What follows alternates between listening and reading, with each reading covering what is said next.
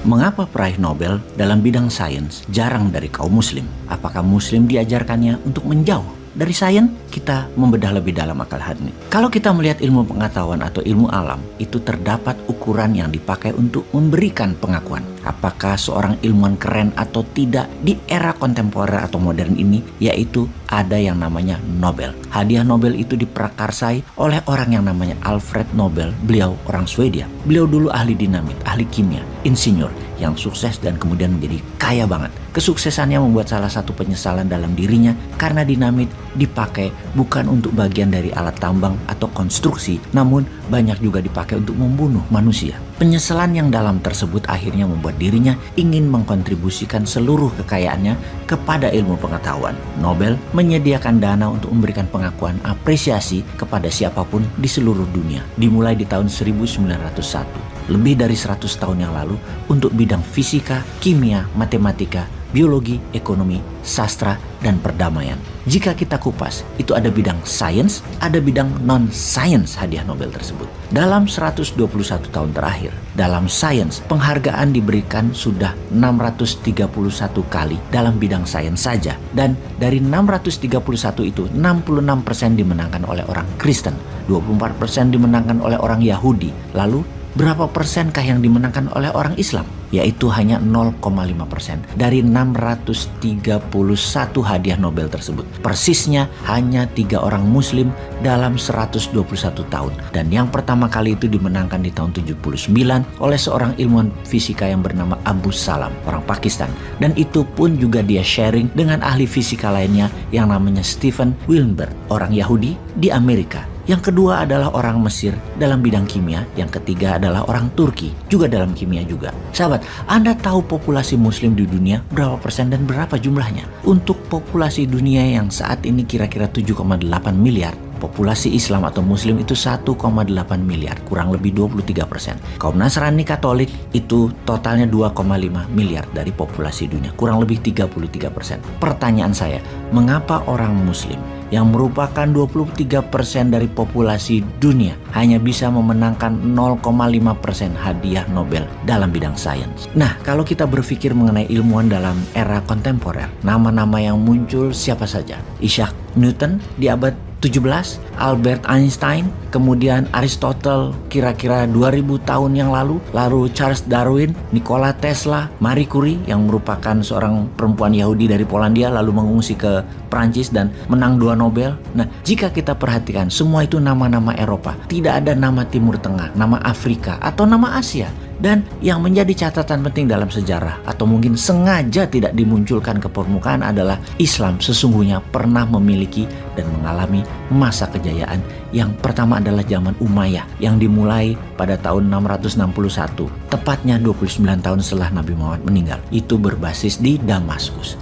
Itu diprakarsai oleh orang yang namanya Muawiyah yang menjadi awalnya seorang gubernur tapi menjadi sangat berkuasa. Bahkan ada teori mengatakan kekuasaan Muawiyah di zaman Khalifah pertama adalah Abu Bakar itu sangat berkuasa dan dianggap lebih berkuasa daripada kekuatan spiritual yang dipegang oleh Umar dan Utsman sebelum Ali mengambil alih. Tapi kejayaan zaman Umayyah hanya berkuasa kurang lebih 90 tahun dan diambil alih oleh teman-teman dari Persia yang menamakan dirinya Abbasid atau disebut dengan nama Abbasiyah. Abbasid atau Abbasiyah ini berkuasa selama 500 tahun dari tahun 750 sampai tahun 1258 kira-kira. Dalam 500 tahun ini ratusan ilmuwan hadir. Mungkin kita tidak menyadari bahwa 2/3 dari nama-nama bintang yang ada di galaksi kita Milky Way atau galaksi Bima Sakti itu adalah nama-nama Arab dinamakan oleh ahli astronomi yang hidup di era Abbasiyah selama 500 tahun tersebut. Lalu ada orang yang namanya Ibnu Sina. Beliau menulis karya yang namanya The Canon of Medicine yang menjadi basis untuk ilmu kedokteran untuk bukan hanya Timur Tengah dan era Islam tapi sampai abad ke-19 Eropa. Ada yang namanya Al-Biruni. Al-Biruni ahli trigonometri yang menemukan teori untuk mengukur panjang lingkar planet bumi di abad 9 dan 10 itu. Mereka sudah menemukan bahwasanya lingkar bumi itu 40.000 km. Fast forward ya ke 1000 tahun kemudian, ternyata akurasinya itu cuman off di bawah 1%. Hal tersebut ternyata sudah ditemukan 1000 tahun yang lalu oleh Al-Biruni. Ada juga yang namanya Al-Khawarizmi. Beliau adalah ahli matematika. Beliau menulis buku The Compendium of Addition and Deduction. Inilah inti dari penambahan dan pengurangan yang namanya aljabar. Dan teorinya beliau menjadi dasar, bahkan kata algoritma adalah berdasar dari kata al-Khawarizmi. Lalu terdapat juga ilmuwan yang menemukan alkimia, chemistry. Itu dari kata alkimia, dan dari alkimia menjadi alkemi. Nah, ini disalah tafsirkan oleh Eropa 400 tahun berikutnya. Ternyata dasar dari alkimia itu bercabang dua, alkemi dan kimia. Lalu ada juga ilmuwan yang bernama Al-Tusi yang menemukan teori mengenai kemungkinan bahwa matahari adalah center of solar system. Siapa yang mendeklarasi bahwa matahari itu adalah center of solar system pertama kalinya adalah Kopernikus, orang Polandia, di tahun 1543. Sampai mau dihukum karena dia dianggap mengkhianati spiritualitas Nasrani waktu itu. Abbasiyah atau Abbasid itu diprakarsai oleh raja yang bernama Al-Mansur, yang kemudian keturunannya bernama Harun Al-Rashid, dan kemudian keturunannya lagi bernama Al-Mahmud. Al-Masyur, Harun Al-Rashid, Al-Mahmud mengumpulkan karya-karya yang ditempatkan di Baitul Hikmah atau di House of Wisdom. Tapi hebatnya, mereka mengumpulkan karya-karya dari seluruh dunia, dari zaman Aristoteles sampai zaman Romawi sampai Tiongkok, dan jangan lupa di abad 89 itu juga bersama dengan kejayaan dinasti di Tiongkok yang bernama dinasti Tang. Dinasti Tang menemukan kertas yang digunakan untuk menulis dan akhirnya digunakan untuk memprinting uang. Ratusan ilmuwan itu muncul dalam 500 tahun, dan yang hebat, kerukunan dan keterbukaan itu sangat dikedepankan oleh para raja tersebut.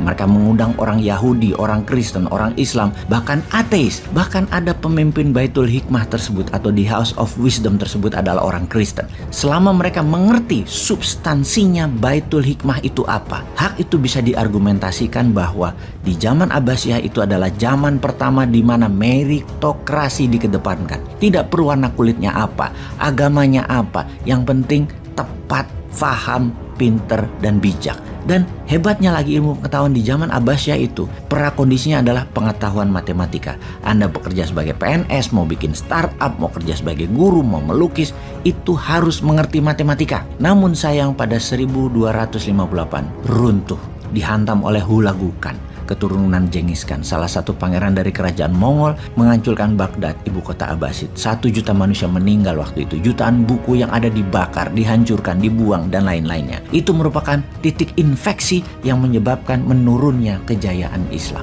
Yaitu, 1, diserang oleh Hulagukan di tahun 1258. 2, terdapat hipotesa lain yang menyebabkan penolakan mengedepankan pemikiran Islam di zaman Abbasiyah, di mana sains Islam itu menurun karena sikap orang-orang Eropa untuk tidak lagi mau menggunakan Timur Tengah sebagai titik interaksi antara Eropa, Timur Tengah, dan Asia. Mereka mengambil keputusan untuk naik kapal muter melalui Afrika, India untuk menuju Asia mencari rempah, sehingga dianulir kepentingan untuk lewat Timur Tengah. Ini merupakan kemungkinan kedua bahwa kejayaan Islam itu menurun secara drastis karena hal itu. Ketiga, ditemukannya mesin cetak di Eropa di abad 15 di Jerman. Mesin cetak kertas ini menjadi game changing. Karena mesin cetak, mereka bisa memes produksikan tulisan-tulisan tersebut hingga proses belajar Eropa jauh lebih cepat daripada Asia ataupun Timur Tengah. Dan 4, ada seorang filsuf yang namanya Hamid Al-Ghazali yang mengedepankan pemikiran bahwasanya revolusi atau wahyu atau spiritual itu jauh lebih penting daripada investigasi rasional.